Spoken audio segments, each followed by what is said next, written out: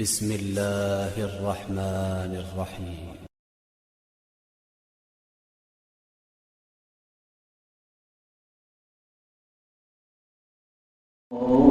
المسدد المصطفى الأمجد المحمود الأحمد مولانا ومولى الكونين جد الحسن والحسين أبي القاسم محمد. اللهم صل على محمد وآل محمد. بسم الله الرحمن الرحيم. اللهم كل وليك حجة بن الحسن صلواتك عليه وعلى في هذه الساعة وفي كل ساعة وليا وحافظا وقائدا وناصرا ودليلا وعينا حتى تسكنه رزقك طوعا وتمتعه فيها طويلا. اللهم صل على محمد وآل محمد. أما بعد فقد قال الله تبارك وتعالى في قرآن الكريم بسم الله الرحمن الرحيم والشمس وضحاها والقمر إذا تلاها. صلوات محمد. اللهم صل على محمد وآل محمد. محترم سامعین کرام، بزرگان عزیز، برادران معزز، مجالس کا سلسلہ جاری و ساری ہے. ماشاءاللہ سے آپ لوگ بیدار ہو کر کے تمام مجالسوں کو سماعت کر رہے ہیں. خدا آپ کی توفیقات میں مزید اضافہ فرمائے. آمین. زیادہ سے زیادہ عطاری سید الشہداء علیہ السلام برپا کرنے کی توفیق عنایت فرمائے. آمین. اور جہاں جہاں بھی شیعان حیدر کرار ہیں ان کی جان مال عزت آبرو اور اس محرم کے صدقے میں پروردگار ان کو حفظ و امان میں رکھے اور تمام جھگڑے اور تمام اختلافات اور تمام منافقت سے ہمیں مرصع اور مرزع فرمائے. آمین. پاک فرمائے. لہذا یہ فرش اعضا جس پر ہم بیٹھ جایا کرتے ہیں اور اس کے بعد ہمارے اندر وہ کیفیت پیدا ہو جاتی ہے کہ ہم بیٹھتے تو فرش پر ہیں لیکن باتیں عرش کی کیا کرتے ہیں. لہذا یہ یہاں سے ڈائریکٹ دعا قبول ہوتی ہے. مجلس اعضا میں جب بھی آئیں انشاءاللہ جب فرش اعضا پر آپ بیٹھیں تو دعا یہاں سے کیا کریے. کسی واسطے کی ضرورت نہیں ہے، اللہ ایسے ہی قبول کر لیا کرتا ہے. تو بہرحال اس آیت کریمہ کو میں نے سرنامہ کلام قرار دیا ہے کہ والشمس وضحاها والقمر اذا تلاها، کہ قسم ہے اس سورج کی اور اس کے روشنی کی اور قسم ہے اس چاند کی جو اس کے پیچھے نکل رہا ہے. لہذا اس چیز کو جو آپ نہیں سمجھیں گے تو کون سمجھے گا. قسم ہے پروردگار کھا رہا ہے اس سورج کی اور اس کے روشنی کی اور اس چاند کی قسم کھا رہا ہے جو اس کے پیچھے طلوع ہو رہا ہے. غور کیجئے گا.